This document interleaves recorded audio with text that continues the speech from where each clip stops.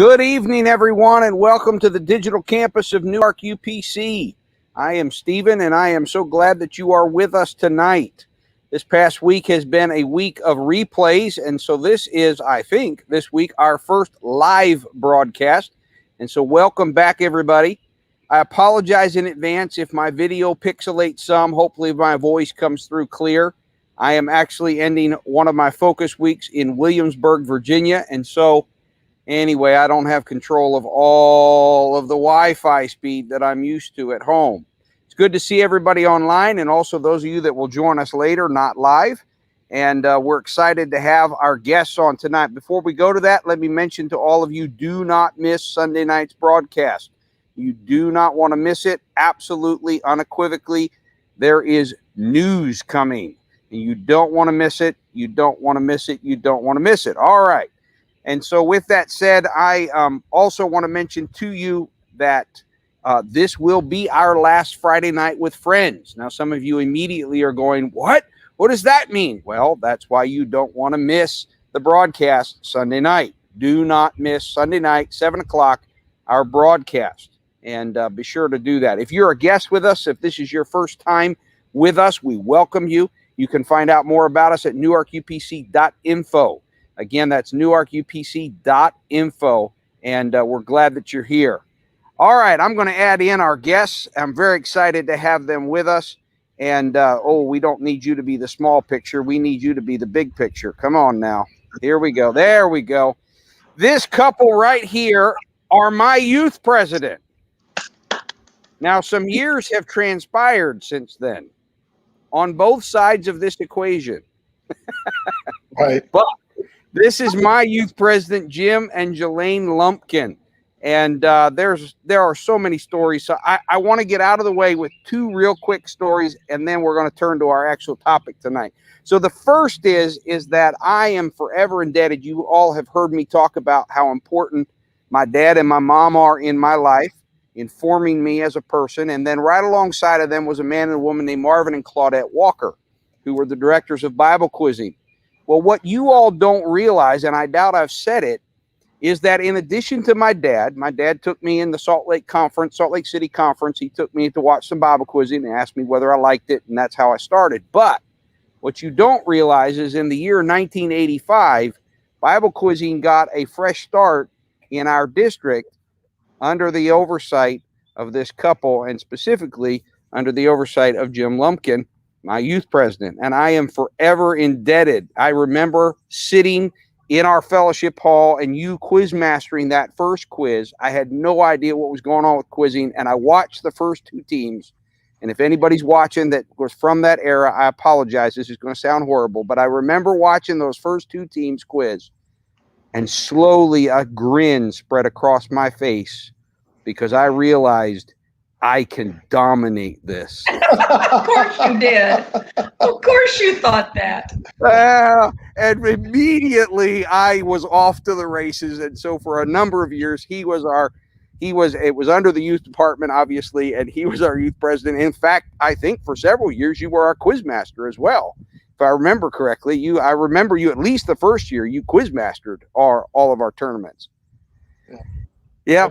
Now, I got to tell you another thing about this man, though, is that he was not who I really, really liked. Brother Lumpkin tended to be a little bit more serious. The person that I really liked was his wife. She was the coolest thing I had ever seen. And what topped the cake on this was one time at a district conference that was hosted at their church. It would have been when I was 16, because it's actually when I first felt the anointing. Brother Beckton was in as our speaker, and he asked me to testify. And when I testified, anointing fell. Well, at that conference, I don't know why. I don't know what you were doing, Sister Jelaine, but you took me in the car with you. We went and ran an errand. Yep. And we're coming down a hill that was curvy. You probably even know which road it is and what I'm talking about. It was towards where your house was. And I was blown away. He was driving a Honda, I think. If I remember correctly, you had a Honda that had a stick. Yep. She had coffee in one hand. She's shifting gears with her right hand. She's driving with her right knee, and I don't for the life of me know how in heaven's name she did it, but she's somehow popping the clutch and handling the brake at the same time. And I'm sitting there as a 16-year-old watching her do this. And I'm like, that's one cool lady. And you never told my husband, thank you. No, I didn't. I didn't tell him until years later. But I have a Years feeling I have a feeling he already knew that you were a crazy driver. Still is. I believe that. And probably moving to New Jersey probably didn't help anything at all, because we all know Jersey drivers they take the cake, them in New York. So Yeah. anyway, so I've kind of given an introduction. You were a youth president, you founded and pastored a church in West Orange for a number of years before family and calling and all of that took you back to Little Rock, Arkansas. But what I'd like to explore tonight with you all, we've had a number of guests on as we've been on our digital campus. Our campus has been shut down both due to COVID, and then we had damage to our campus in July of last year. And so we're renovating the whole thing. And it's don't tell anybody because it's going to come out on Sunday night, but it's about to end. Anyway, the point is that every Friday night we have interviewed a guest, and we take different themes and look at different things. And the last several Friday Night with Friends have kind of hit a theme, and this one is as well, which is exploring the backstories of people as they have followed the direction of God to go and do something that's kind of out of the ordinary, that's not what you would expect. Now, I know a little bit of this backstory, but I don't know all of it. If I remember correctly, Jelaine, you are from Indianapolis, Indiana. Is that correct? Right. Yeah. And Jim, obviously, your dad spent time in St. Louis, a number of different places, but you have roots in Arkansas. Yes. So how does an Arkansas boy and an Indiana girl, obviously you met, you're married, etc., how do you end up in New Jersey? How do you end up in North Jersey starting a church? God loved us. We had favor. Well, tell us a little bit about the backstory. So where did that come from? Did you all graduate Bible school and say, we're going to go start a church in North Jersey? No, we did graduate from ABI in 1972. That's where we met. That was the year I was born, just so we have clarity. That was the year I was born. Okay. And we settled in Arkansas, and our son was born in Fort Smith. No, I'm sorry, in Plano, Texas. We spent a year in Plano where Mickey and Anthony Mangan were pastoring at the time. It's where Trey was born, our son. And then we moved back to Fort Smith, and at some point, and I'm going to be honest here, it's a little tough for me to talk about all this. So I know it is, my friend. So at some point there, not too long after we were married, I went to a general conference in Tulsa, Oklahoma, and went to, back then they used to have a home missions banquet. And I attended that with a friend of mine, Dennis Granger, whose father pastored across town from my dad's church in Fort Smith. And we went to that banquet, and Chester Wright was the speaker. Yep. And not about that. I get that. He is not then, and he wouldn't be now, your run-of-the-mill banquet speaker. And he began to talk about the East Coast and the need for churches. And I think something was planted in my spirit at that banquet. And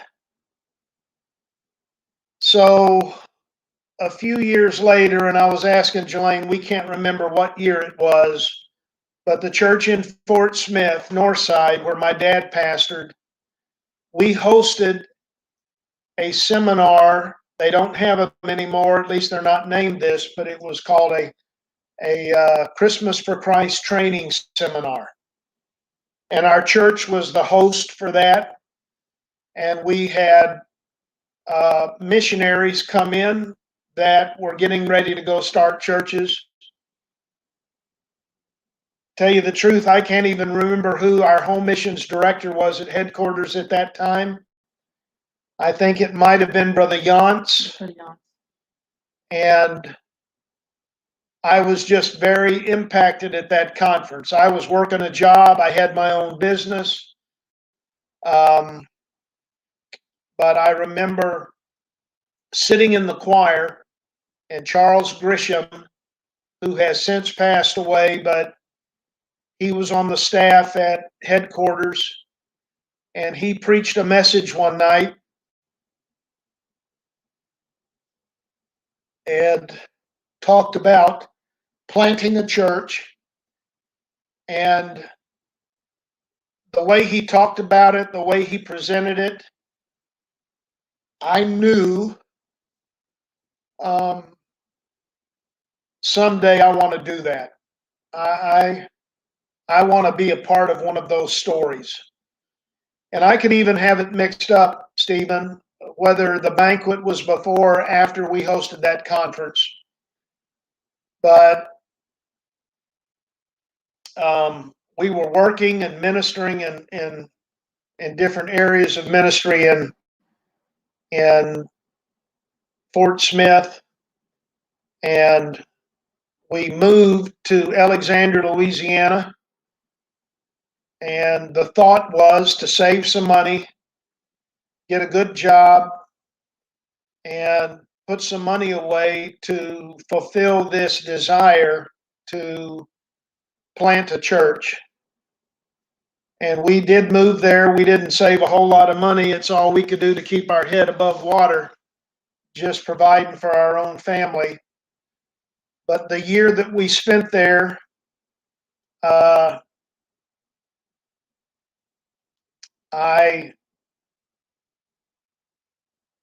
decided to make a trip to the East Coast with Jelaine. We started in New York and went down the coast.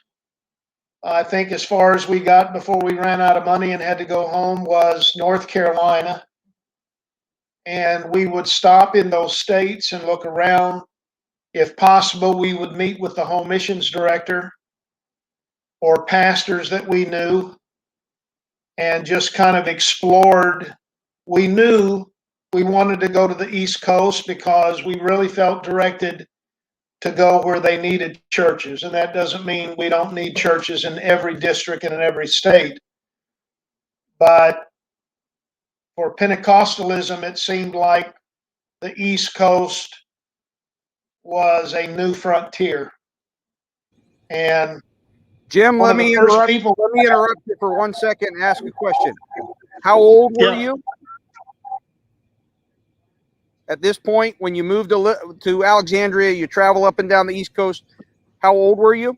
We're about 31 or 32. Yeah, we were in our early 30s.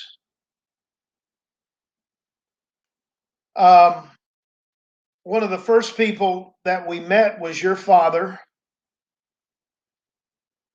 And first people we met was Brother Hazlip, Yeah. who was the home missions director. He pastored in Trenton. And we met him and he took us around. And then we went to Annapolis and talked with Brother Wright. We ended up going to North Carolina and staying a day or two with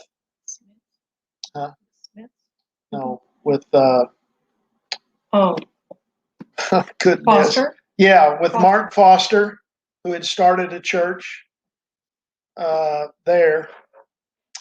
And then we ended up back in Alexandria. And as we reflected on where we had been, it just seemed to us like, and I think the statistics would have borne it out at that time, the district and the state with the biggest need for churches was New Jersey, and especially North Jersey. And so we decided that's where we wanted to go. And I put in an application to try to get support. I had no pastoral experience, but thank the Lord, they approved our application, and we got financial support from Christmas for Christ, and we ended up loading up a travel trailer, and we didn't even know where we would land. I made a trip to New Jersey just to look for an apartment. Brother Hazlett picked me up at the airport, and we looked around for a couple of days and never could find anything affordable. I wasn't used to the prices on the East Coast, and I left it up to him to find us an apartment, and he found us an apartment in West Orange. I'd never been there till we pulled up in the travel trailer. Our first stop when we got to town was a White Castle. That was on our budget. Yep. And then we made it to the apartment. And that's a story. and that was quite a story too. So, well, before we go to that story, let me ask you a couple of questions about this process. So, you've talked about a banquet, you've talked about a service, you've talked about people with a burden, you've talked about you exploring that burden. Did you ever hear an audible voice from God? no. Did you, as you traveled up and down and as you chose New Jersey, did you have a clear finger pointing at Jersey, or was it more just, I know it's the East Coast and this makes sense? It was kind of that. We knew it was going to be the East Coast, but we didn't know where. But when we studied a little bit the demographics, the need for churches, it was very clear to us that we were to go somewhere where there just was a real need for churches. And North Jersey, to me at that time, and I think it's probably true today as well, all these years later, that New Jersey desperately needed churches. I remember we would drive up and down the streets of Newark, West Orange, and Orange, and look at the houses. And I remember we talked about it later. There was just a connection in that area. We both felt it. When we got back home, we prayed, fasted, and we both came up with that area at the same time, and without discussing it. We just fell in love with West Orange area, right outside of Newark, and still have a place in our hearts for them. Jelaine, let me ask you to explore with us a little bit. What was this like for you? Were you at the same banquet? Did you hear the same speakers? Or was this journey a little bit different for you as you're walking with your husband, obviously fairly early on in your marriage? I mean, you've only been married less than a decade, it sounds like. Right. Yeah. You know what? He's the one who really felt the call to do that. And when he talked to me about it, I was very open to it. And had no question in my mind whatsoever, no fear. Back then, and maybe still today a lot, just no fear to start out into that. And going up there, we had a 5-year-old son, and a lot of people were saying, don't go there. You're going to take a family there, and you've got a 5-year-old child. I had no fear at all. I knew God was in control. We felt that. And I was excited. I was elated when we finally decided that's what we were going to do. It was like, for me, it was like we weren't going to be cookie cutter or anything. We were going to get to go and explore all the things we've been taught and watch God do it in our lives. And that to me was such a thrill, to prove God and prove his word and then watch it happen. There was nothing more exciting to me than that right there. And I've got journals. I've got it written down in journals. I got a ton of journals on it from day one. So it's just never questioned it. Never. Did Still you don't. did you feel fear, Jim? No. If you'll allow another little story here. First of all, for people that don't know, North Jersey is where the major part of the population is. It's just basically New York Metro. West Orange and Orange is just outside of Newark. And we were coming from Alexandria, which is a small town. But we had both lived in large towns, but nothing like the East Coast. The diversity, the different cultures, all of that was new to us. But no, as far as the fear is concerned, it's just like, I don't know, just young enough and didn't even know you were supposed, maybe that was supposed to be a logical thing that was going to happen. But when I made the trip back out there, I flew out there to find the apartment. When I was flying over the city, I came in at night, flew into, I think, the Newark airport, where the Haslip was picking me up. And that's when the fear started. It's just like, you asked me a while ago, did God audibly speak about going out there? No, but it almost seemed like Satan audibly spoke when I was on that airplane and I was looking out over, I guess, the hundreds of square miles of nothing but people. And this was the thought that I had. Are you really going to leave the comfort and the security and the fellowship of a place like Alexandria, Louisiana, with all of the churches, and you're going to move your family here and a 5-year-old son here? And that happened on the plane, and it continued the whole time we were looking for an apartment. I must have been there 3 or 4 days with Brother Haslip.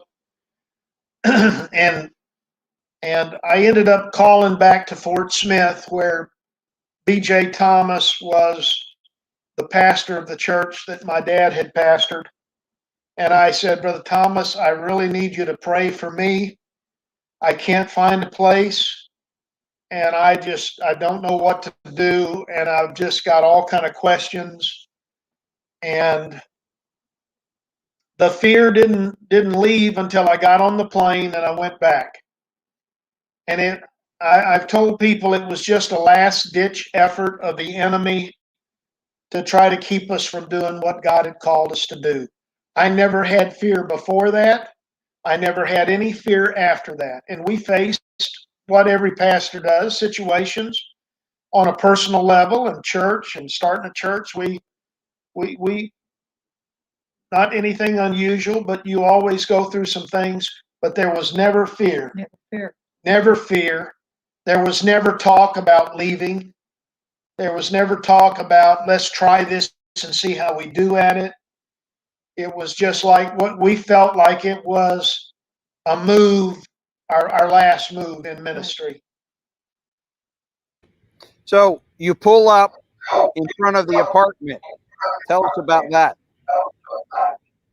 It was a 2-family house, and we were getting the second floor, and we had our furniture, and it was a very narrow staircase with a couple of turns, and there was no way to get the furniture up there. No way in the world. And so we literally had to get ropes and tie onto the furniture, the bigger pieces like sofa and tables and beds. And we had to lift those up by ropes to the second floor. There was a little sitting area, screened in area on the second floor. And we took the windows out there and the screens out there and lifted the furniture up. And I had some help. I had Bob McFarland was starting a church in Elizabeth, and he showed up to help us. The Grangers. Dennis Granger and his wife came up from starting a church. They were starting a church in Baltimore. And then I did Jerry State. I don't know Oh, you about didn't? that. But what about Enlow? I don't think so. I don't know if I knew Calvin Enlow by then. But anyway, I had some help and we got it done. So that was a little different, a little challenging. And the police pulled up and were doing all this. And I got our son, who was only 5, and he was blonde, blonde, blonde. And the policeman pulled in and he goes, "Ma'am, are you all moving in or out?" And I said, "We're moving in. We're starting a church. We're so excited to be here. We're from the south." And he said, "Ma'am, people are moving out of this neighborhood, not in." And I said, "Well, God's moved us in." So it was kind of a humorous moment. Yes. Yes. So, what was your first step in starting?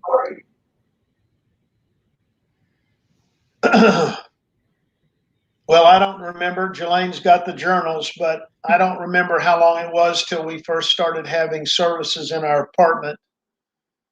But we, somehow or another, a lady from Louisiana that was living out there, she'd been out there for many years, married somebody from the East, Willa DeGroat. How's that for picking up a name? And somehow or another, she found out we were coming. And she contacted us. And she was in another area. She was up around Lake Kapakong. How's that? There you go. And she would drive down, which was probably 30 or 45 minutes, and met us in our apartment. And so we first just started having a little devotion with her in our apartment.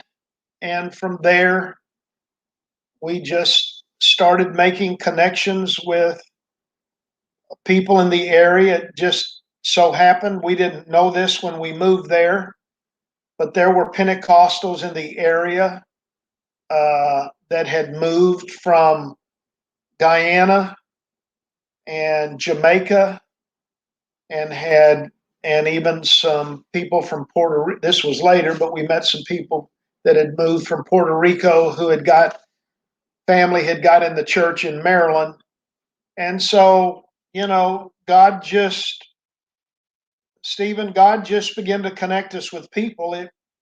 I wish I could say, it was this or it was that, but we just started trying to connect with people, teaching Bible studies, and meeting people. And we continued to meet in the second floor of that apartment. Our landlords downstairs were very friendly at first and helpful, but the longer we were there and the more people that began to go up their stairs and into church, we began to wear on their nerves a little bit. Well, I had an English bulldog at the time, and I would teach Sunday school in the kitchen with a gate across the kitchen from the little living area. And me and that English bulldog would try and hold Sunday school with however many kids would show up. And so, it was really getting pretty crowded in there. And I'd have 5 or 6 kids, and then it would get up to 8 or 9 kids in that little kitchen area with a bulldog. So they weren't really excited about all of that on top of them down below. And then in the living room, we ended up having probably as many as 35 or 40 up there. Yeah. And we had connected with a couple that was actually from West Orange, but he had got in the church up in going to college when he was up in Boston at Brother Mm-hmm. That's right, Stanford. Brother Stanford's church. How's that? And he began to help us look for a place to have church. And we ended up, our first place was the Green Mountain Club, which we'd have to clean up the beer cans before we had church. And we hadn't hardly been there a week or two. And couldn't use the bathrooms. What? They wouldn't let us use the restroom. Oh, really? I don't remember that. But anyway, we had an outside picnic in the front yard. And when the members of this private men's club, and I'm not talking about, some kind of it was just a meeting place. It wasn't a gentleman's club or anything like that, but it was. Mason. Anyway, when they saw the different cultures of our church and that we were in their very white neighborhood with all of these people out in the front yard of this club, their members began to contact the president, and we were asked to leave. And we went from there to the Holy Trinity Episcopal Church, where that district conference was, where you attended a year or two later. Yeah, and I remember that district conference. I remember you were kind of in the bottom level, the first level of that church. Is that correct? Yeah, they had kind of a fellowship hall. It wasn't part of their church building itself. Right. Yep.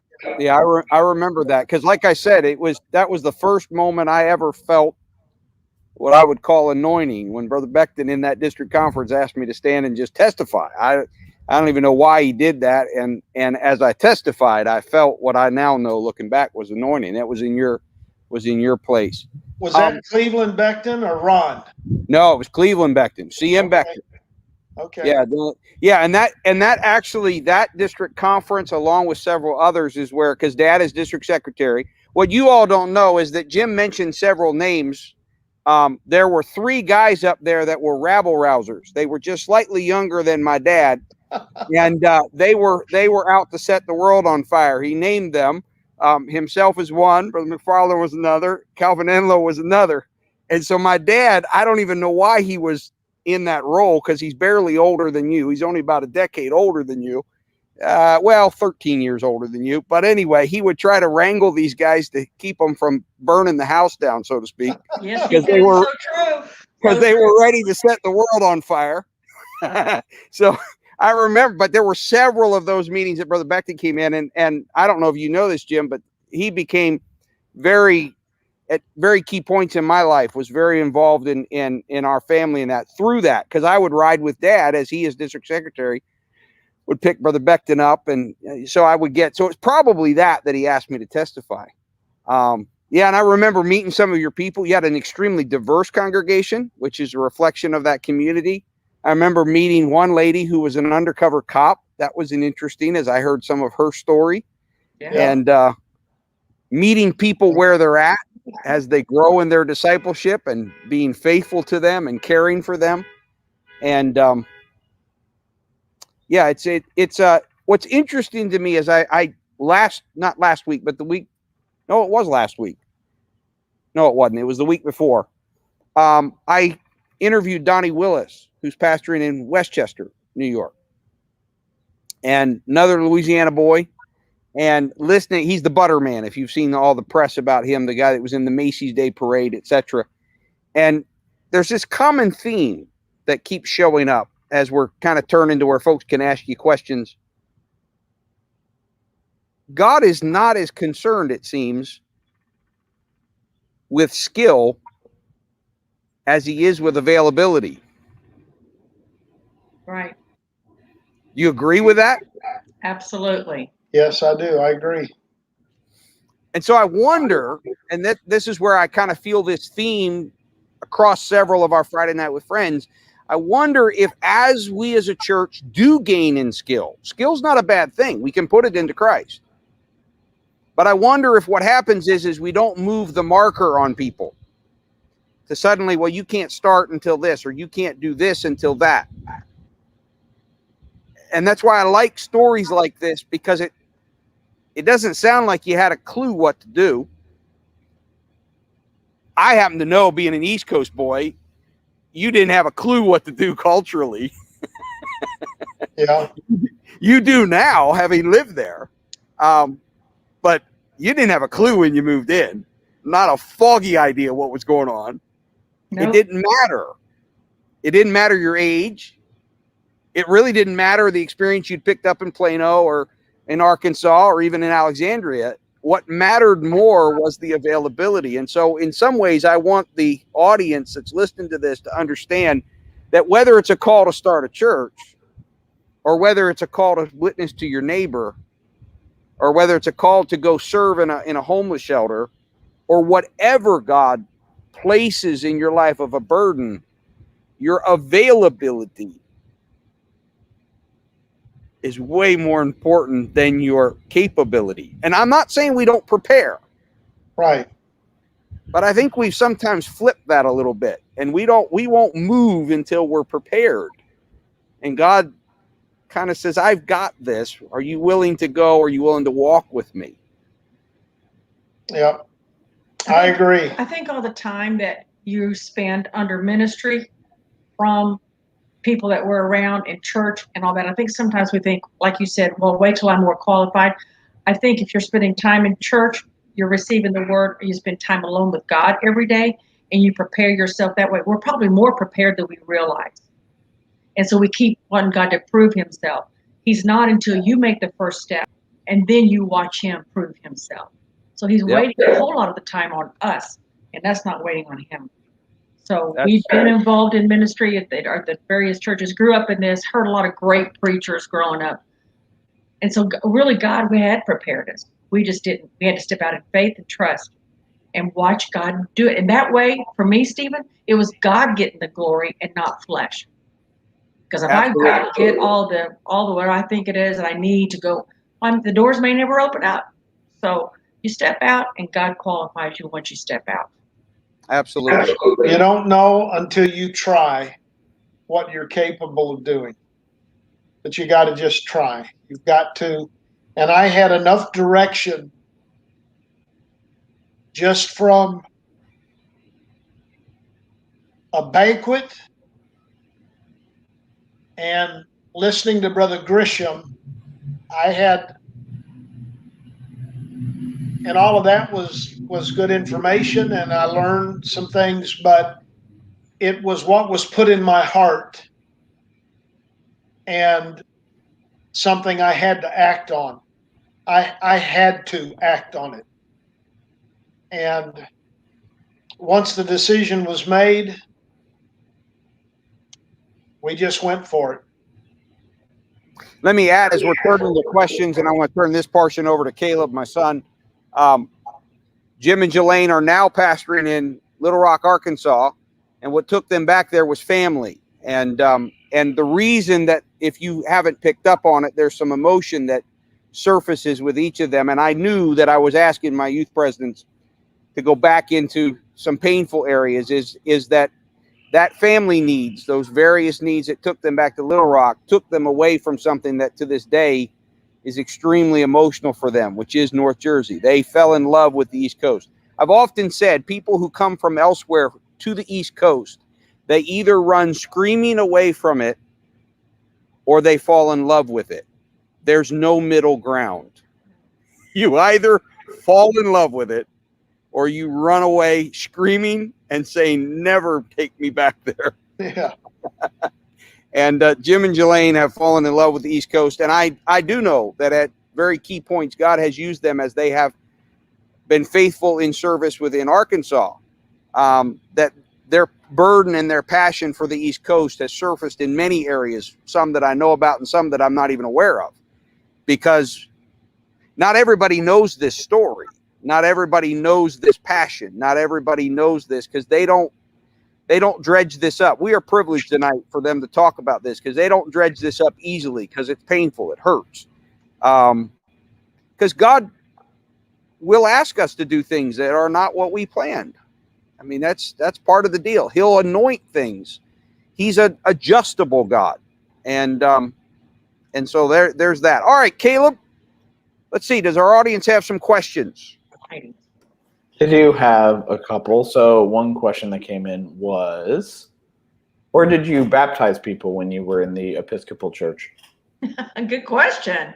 Good question. And further, where did you baptize people when you were in your house? Let's take both of those.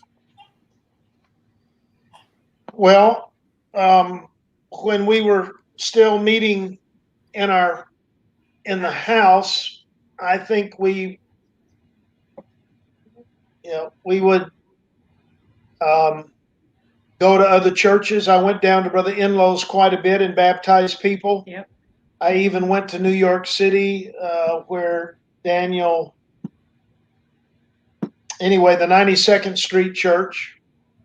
I baptized people there. And then when we got Holy Trinity Episcopal Church, we bought a plastic or a rubber horse tank, and I had a small pickup. And the first couple of times we filled it up at our house and sloshed water all the way from Mount Pleasant Avenue down to Orange. And then, because we wanted warm water, and then we ended up just keeping it at Holy Trinity, and they would allow us to put it out and fill it up. All right, Caleb, we got some others? No. I see the question. So you had a job while starting the church, correct? Where did you work? Okay. I had financial support from Christmas for Christ funds. Back then, I think it was $1,200 a month. And our apartment, believe this or not, we got that apartment at the beginning for $250 a month. So you really, back then, you weren't supposed to work a job. They gave you all that money so you could be full-time. But I did work a little bit part-time with Bob McFarland. He was an electrician. I would help him. He would go into New York City and do contracting with different companies, and I would help him. And then we had some financial support from our church in Fort Smith that would send us a monthly offering. It kind of fluctuated. We also got help from Mike and Gloria Tumanello. Sure did. That would give us a percentage of their missions budget every month, and that went up and down. And anyway, so I never worked full time. I did some part-time stuff, but we gave full-time effort to the church. You know what the amazing thing I learned, Caleb, is that sometimes you think when you go off to these places, these big churches, they're really going to support you. It wasn't. It was the little bitty other home missions churches or other little bitty groups or couples who would send us the money monthly. For the Hobbs. Yes, for the Hobbs. Who's still alive. He had a small church here in Yep. Arkansas. And we came through Arkansas on our way with the trailer. And we got up at, I guess it was camp meeting or the district conference, and they sent us off with their prayers and took up an offering, which helped us pay for the truck to get out there. But old Brother Hobbs would send us $15 a month. Yep. For several years. Yeah. You never know where the money is coming from, but there again, it was just exciting to watch God use willing people. You never know. And that was a God thing for us to watch God do that. I loved it. Our son received the Holy Ghost in New Jersey. We had a special service with Mickey and Anthony at what building was that? Some kind of a VW, I don't know. VFW club, and he got prayed through the Holy Ghost in that rally. It's kind of like a rally we had at some other kind of facility where we could seat more people. Do we still And have your daughter was born in Jersey, is that correct? Yep, she's Brandy was born there. Yeah, she was. In Livingston. Yep. Yeah. Yes, we do still have connections with people. Man, with the first 10 or 15 years we were here, they would contact us a lot, which made it hard on us to break ties. We weren't trying to break ties with them because we weren't there, so it wasn't a threat. But they were so connected. When you start a church, birthing a church, you win people, they're connected to you for life. You take an inherited group or people who go from church to, they're not connected to you for life. But new people you went off the streets, they'll stay with you, and you can build a great foundation with those. So yes, they still contact us. We're still very much connected with about, I don't know how many, several families still that contact us. Yes, and still call us pastor. Another question. As your church planted, did you choose to homeschool your son, or did he attend a school in the community? He attended in the community. We had found a Christian school that they would ride on a motorcycle, if you can believe that, in New Jersey. They attended he took him in the morning. 25 miles away. It'd be like an hour there and an hour back home, and then an hour to go pick him up and an hour back home. But it was a Christian school. It's a good Christian school back at the time. Yeah, it was a good school. So we did that. And that is the last of the questions. So if y'all have anything. Is that the last question, Caleb? Yep. So if y'all have any other story, if you have any dirt on Dad, feel free to share. You have any dirt on? Oh God. Well, I do want to say before this is over that Stephen's father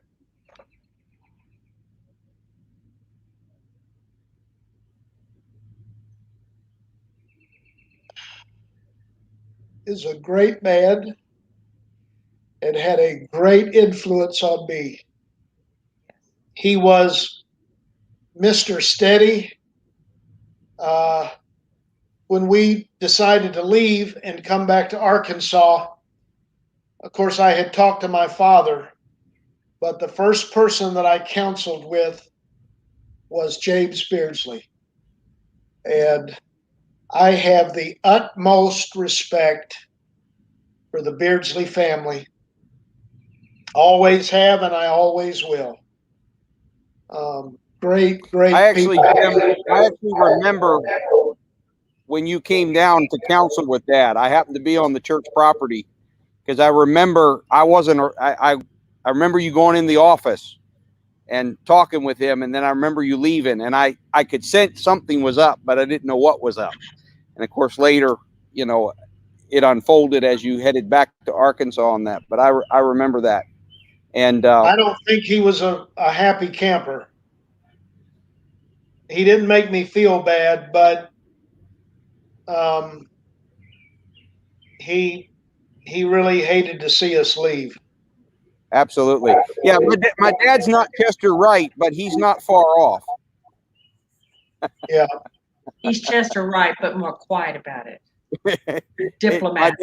My dad's passion for the East Coast is absolutely there, and we all feel that. And I would say that again to folks that even as circumstances and walking with God will deal with life circumstances with us. He's a faithful God in that. Yeah.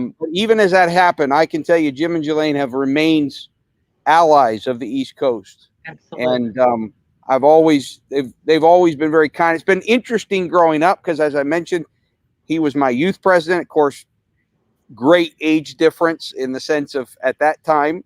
It's not as great an age difference now. It doesn't, it's literally, I'm headed for 50. I'm 49 this year.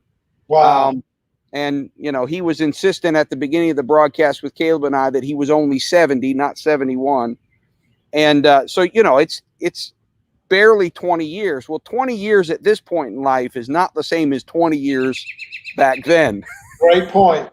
And this man and this lady have always, as that transition has occurred, they have been they're very humble people. They've been very kind, and it allowed my relationship to retain with them.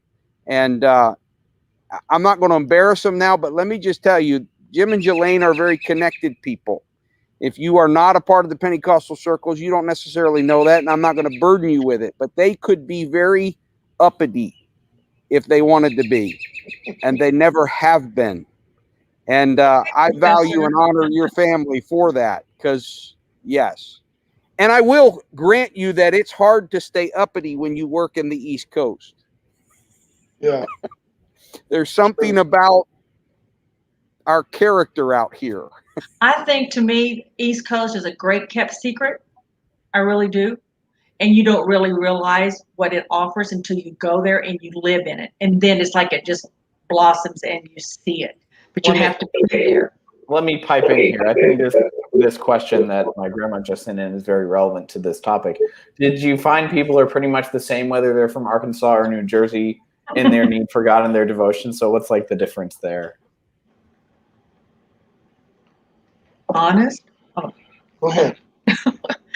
I think for me, from my perspective, I think the people on the East Coast had no clue about what to expect from Pentecost. They didn't know what Pentecost was, United Pentecostal Trinitarian. They didn't know. And when you presented truth to them, we didn't have to hound on anything that we hound on in the South, whether it was doctrine or to read the word or you need to be a pyramid.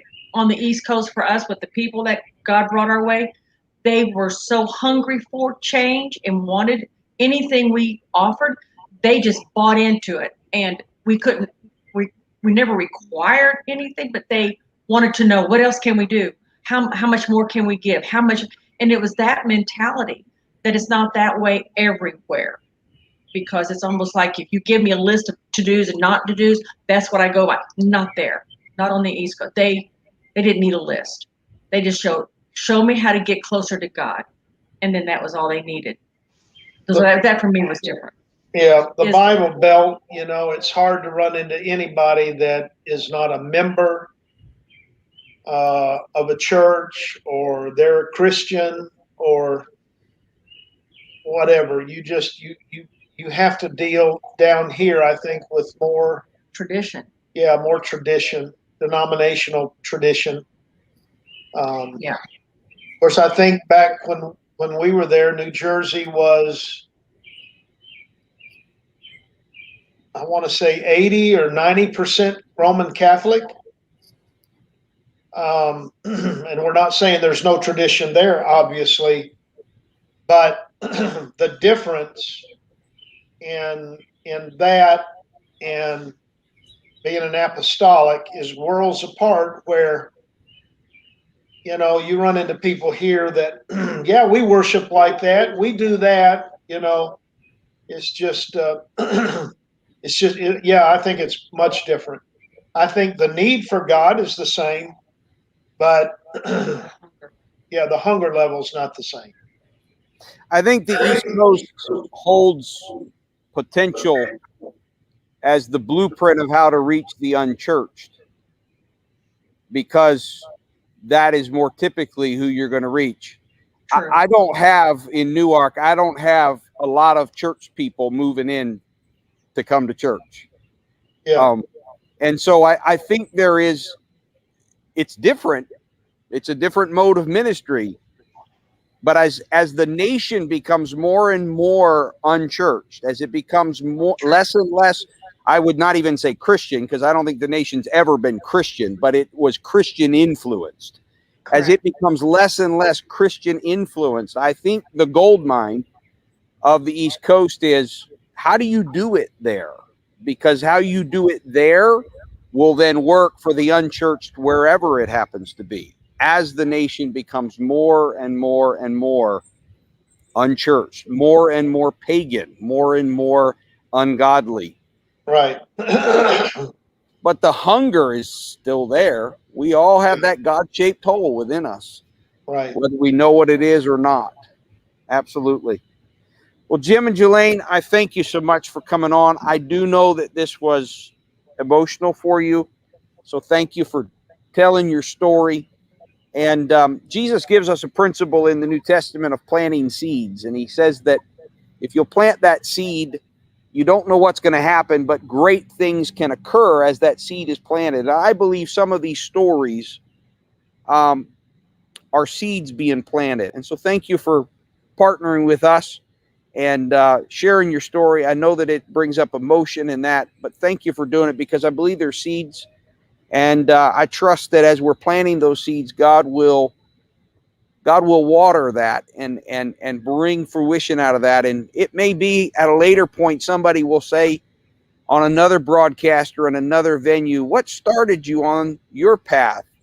And the answer will go back not to a Christmas for Christ banquet or not necessarily to a Christmas for Christ seminar, but there was this couple that was on a broadcast, and I sat and I listened to their story, and something started in my heart. And thank you for being a part of that. And to our audience, thank you for being a part of us. If you're watching this even after it's live, we welcome you to reach out to us, to contact us. This is a great couple. I honor them. If you're ever in Little Rock, be sure and go and visit their church. They've been kind even since we ran a Bible quiz tournament out of their church. I knew exactly where to call when it was time to do that. I don't know if I ever told you, but you were key to us winning the national championship, because I pulled in all those teams to scrimmage with us. Yeah. And I couldn't get them to all go to certain places. So I found on the map what was equal distance to all of them that I was trying to get to. And it was Little Rock. And your church hosted us, let us scrimmage and work. And anyway, So we got a national championship out of that. I met your church secretary. She's awesome. Big shout out to Diane. She takes care of me anytime that I'm trying to get a hold of Jim or Jelaine. They're like popcorn. You can't get them. They're popping everywhere. They're going all different directions. She always tracks it down. She's been very kind. So be sure and tell her thank you. She's always very good about that. And to the rest of you that are watching, thank you for joining us. Again, if you've got questions or you'd like to contact us or you want info, NewYorkUPC.info. And to the rest of our audience, don't miss Sunday night's broadcast. You don't want to miss it. There's info coming out about the campus, about it coming back to in-person services. You don't want to miss it. So don't miss it. Be there live. All right. That is it. Love you. All right. Bye. Stay on with me. Don't hang up. Don't hang up. The rest of you, good night. Have a good night.